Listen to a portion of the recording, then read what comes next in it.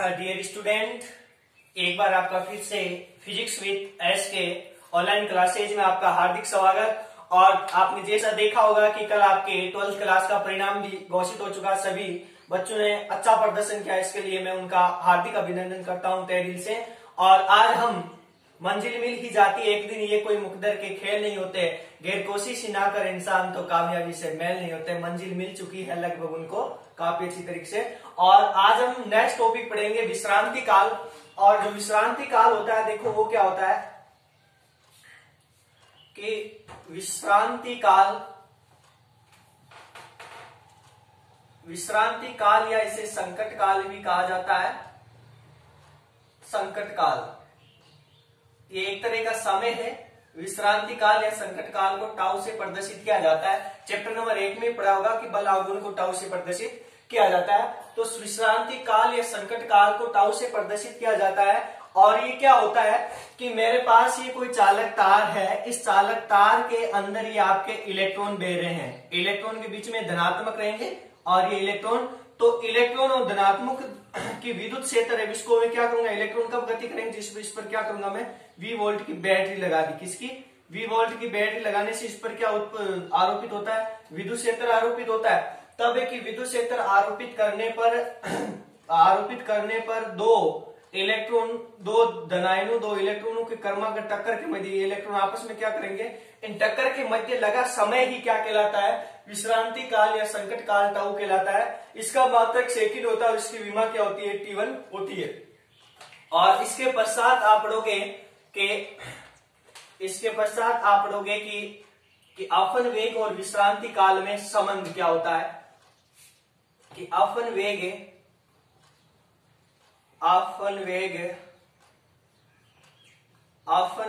और विश्रांति काल में संबंध।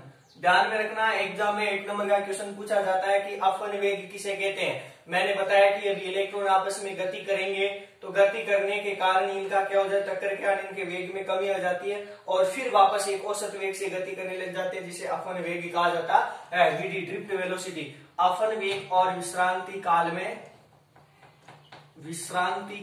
संबंध, विश्रांति काल टाउ में संबंध ज्ञात करना है।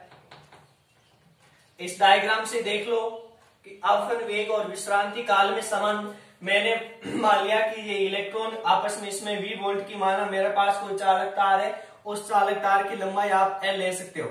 लंबाई कितनी ले सकते हो, L ले सकते हो। इस चालक तार को V वोल्ट की बैटरी से मैंने जोड़ा, तो V वोल्ट की बैटरी से जोड़ने के कारण चालक तार में उपस्थित मुक्त इलेक्ट्रॉन गति करने लग जाएंगे और वो इधर गति करेंगे विद्युत क्षेत्र की विपरीत दिशा में। और मान लिया इन इलेक्ट्रॉनों पर जो आवेश है वो मेरे पास क्या है, Q आवेश है। कितने आवेश है? अब ये इलेक्ट्रॉन गति कब करेंगे, जब इन पर क्या लगेंगे, कि इन पर बल लगेगा तभी गति करेंगे।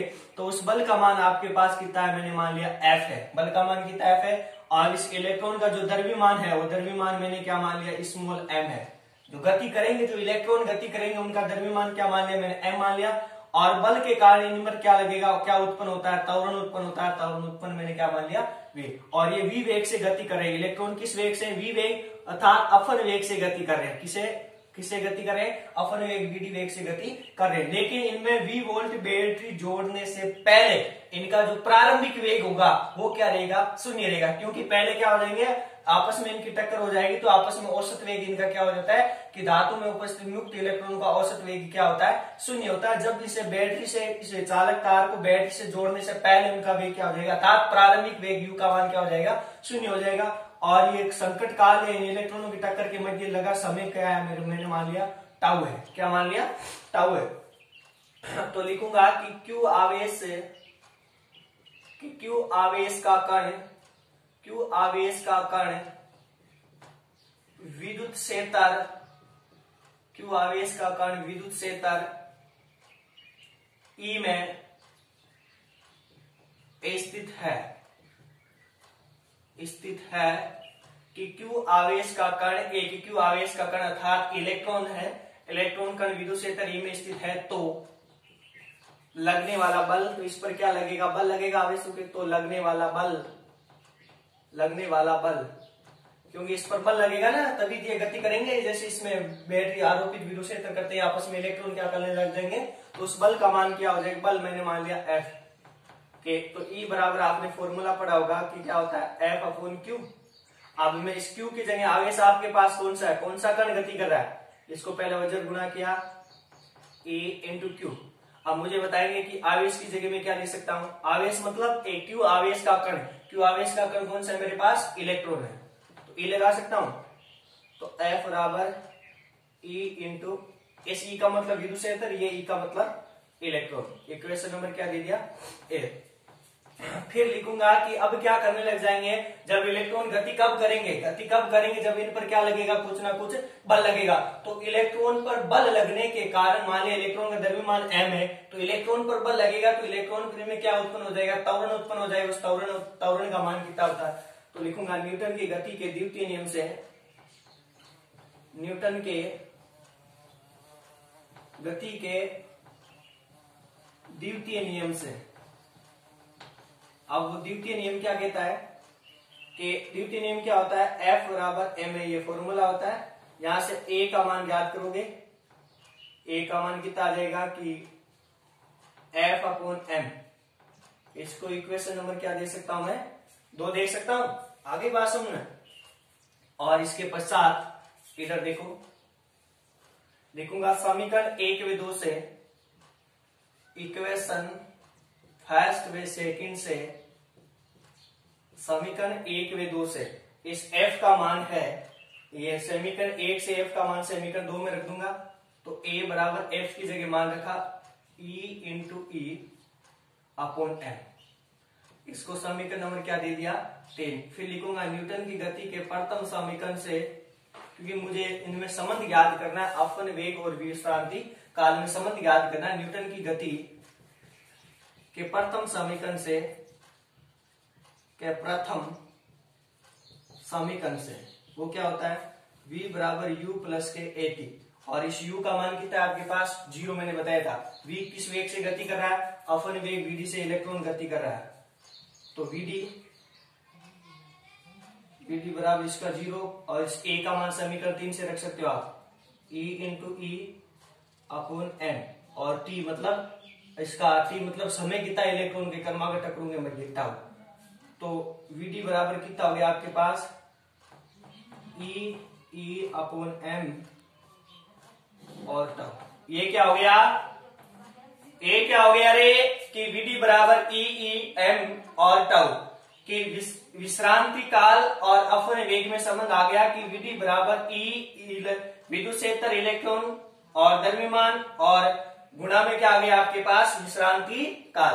अब इसके बाद में नेक्स्ट आपके देखो एक रहेगा कि ओम के नियम के आधार पर पदार्थों के प्रकार, कि ओम के नियम के आधार पर पदार्थ कितने प्रकार के होते हैं, 2 प्रकार के होते हैं। ओम के नियम के आधार पर पदार्थ 2 प्रकार के होते हैं। एक नंबर होता है ओमीय पदार्थ, अमीय पदार्थ, और दूसरा होता है आपका अनोमीय पदार्थ, अनोमीय पदार्थ। ओमीय पदार्थ क्या होते हैं कि ऐसे पदार्थ जो ओम के नियम की पालना करते हैं। किस नियम की, ऐसे पदार्थ जो ओम के नियम की पालना करते हैं और इसमें विद्युत धारा और वोल्टता के मध्य ग्राफ खींचने पर एक सरल रेखा प्राप्त होती है और प्रतिरोध का मान क्या रहता है, नियत रहता है। ऐसे पदार्थ कौन से पदार्थ कहलाते हैं, ओमीय पदार्थ। एग्जाम्पल मतलब सभी धातुएं, सभी धातुएं वो ओम के नियम की पालना करती है, ओमीय पदार्थ कहलाती है। इनमें ग्राफ खींचूंगा मैं, धारा और वोल्टता के मध्य I और V के मध्य में ग्राफ खींचूंगा, तो ग्राफ क्या होता है, एक सीधी सरल रेखा प्राप्त होती है। अर्थात R का मान क्या रहता है, अर्थात I समानुपाती V, अर्थात यहाँ पे R का मान क्या रहता है, नियत रहता है। R का मान क्या रहता है, नियत रहता है। इसी प्रकार अनोमीय पदार्थ के ऐसे पदार्थ जो ओम के नियम की पालना नहीं करते हैं और वियोलता और धारा के मध्य ग्राफ खींचने पर एक सरल रेखा प्राप्त नहीं पर अन्य आकृति में प्राप्त होती है और प्रतिरोध का मान नियत नहीं रहता है, परिवर्तनशील रहता है। ऐसे प्रतिरोध को गतिक प्रतिरोध कहा जाता है। तो और एग्जाम्पल हो जाएंगे इसमें, डायोड हो जाएंगे, क्या हो जाएंगे, डायोड ट्रांजिस्टर विद्युत अपघटीय पदार्थ। और इनका जो आपके ग्राफ रहेगा, जो इनका ग्राफ रहेगा वो I और V में किस प्रकार रहेगा, जैसे डायोड का आप ऐसे ग्राफ बनाओगे ना, ऐसे, अर्थात R का मान क्या रहेगा, नियत नहीं